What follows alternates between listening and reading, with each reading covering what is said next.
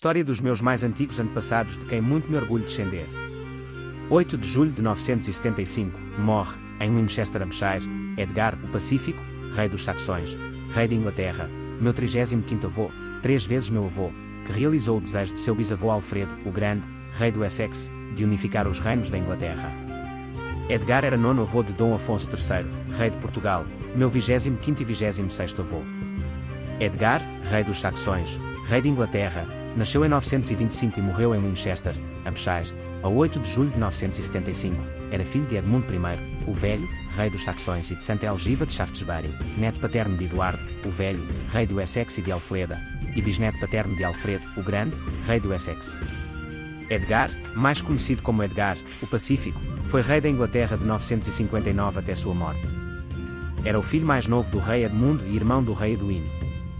Em 958, Edgar liderou uma revolta de nobres contra seu irmão Edwin que acabou com a secessão dos reinos da Nortúmbria e Mércia sob o seu poder. Como acabou por suceder ao seu irmão, a Inglaterra reuniu-se sob a sua coroa. Edgar consolidou a união do reino de Inglaterra durante um reinado sem grandes conflitos internos ou externos. Primeiros anos e ascensão. Edgar era filho de Edmundo I e Elgiva de Shaftesbury. Com a morte do rei Edmundo em 946, o tio de Edgar, Edredo, governou até 955. Edredo foi sucedido por seu sobrinho, Edwin, o filho mais velho de Edmundo. Edwin não era um rei popular e o seu reinado foi marcado pelo conflito com os nobres e a igreja, principalmente Santo Dunstan e o arcebispo Oda. Em 957, os senhores da Mércia e da Nortúmbria mudaram a sua fidelidade para Edgar. Um conclave de nobres declarou Edgar como rei do território a norte do Tamisa. Edgar tornou-se rei da Inglaterra após a morte de Edwin em outubro de 959, aos 16 anos. Governo. Uma das primeiras ações de Edgar foi libertar Dunstan do exílio e fazê-lo tornar-se bispo de Worcester e abade de Glastonbury Abbey, posteriormente bispo de Londres e mais tarde arcebispo de Canterbury, foto do vitral da coroação de Edgar por Dunstan. Dunstan permaneceu conselheiro de Edgar durante todo o seu reinado. Embora Edgar possa não ter sido um homem particularmente pacífico, o seu reinado foi pacífico. O reino de Inglaterra estava bem governado e Edgar consolidou a unidade política alcançada por seus antecessores. No fim do seu reinado, a Inglaterra estava suficientemente unificada, pois era improvável que retornasse a um estado de divisão entre reis rivais, como ocorrera em certa medida sob o reinado de Edredo. William Blackstone menciona que o rei Edgar padronizou as medidas em todo o reino. De acordo com George Molyneux, o reinado de Edgar, muito mais do que os reinados de Alfredo ou Ethelstan, foi provavelmente a fase mais crucial no desenvolvimento das estruturas institucionais que foram fundamentais para o domínio real no reino do século XI. De facto, um rei do início do século XI, Canuto, o Grande, declara numa carta a seus súditos que é minha vontade que toda a nação, eclesiástica e leiga, observe firmemente as leis de Edgar, que todos os homens escolheram e juraram em Oxford. Coroação em Bath. Edgar foi coroado em Bath e junto com sua esposa Elfrida de Devon, foi ungido, estabelecendo um precedente na coroação de uma rainha de Inglaterra. A coroação de Edgar aconteceu numa cerimónia imperial planeada, uma ação que deve ter exigido muita diplomacia preliminar. Este serviço, elaborado pelo próprio Dunstan e comemorado com um poema na Crónica Anglo-Saxónica, deu forma à base da atual cerimónia de coroação britânica. A coroação simbólica foi um passo importante. Outros reis da Grã-Bretanha vieram e deram a sua lealdade a Edgar logo depois em Chester. 6 reis da Grã-Bretanha, incluindo o rei dos escoceses e o rei de Strathclyde, prometeram acreditar que seriam os servos do rei no mar e na terra. Cronistas posteriores transformaram os reis em 8, todos os remos da barca de estado de Edgar no rio Dee.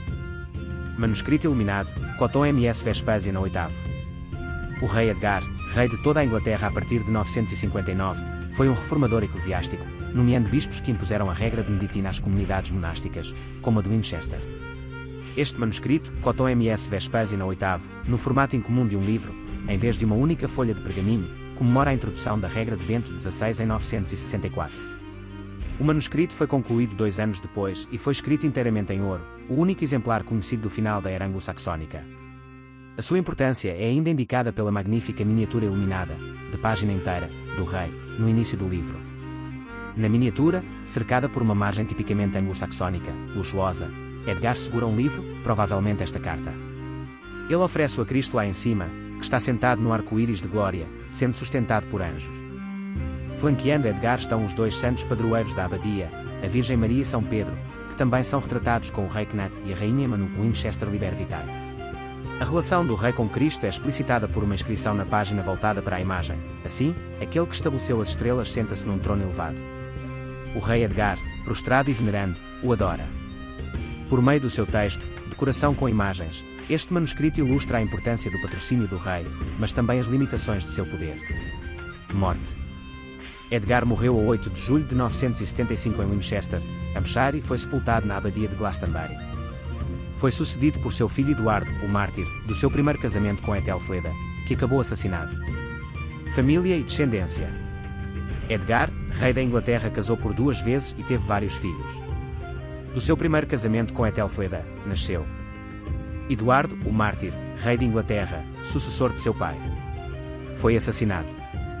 Do seu segundo casamento com Elfrida de Devon, minha 35ª avó, 3 vezes minha avó, nasceram Ethelred II, rei dos saxões, rei de Inglaterra, casou com Elfreda, ou Elgifu, da Nortúmbria, meus 34º avós, 3 vezes meus avós, e depois casou com Emma da Normandia. Edmund de Inglaterra. Edgit de Inglaterra.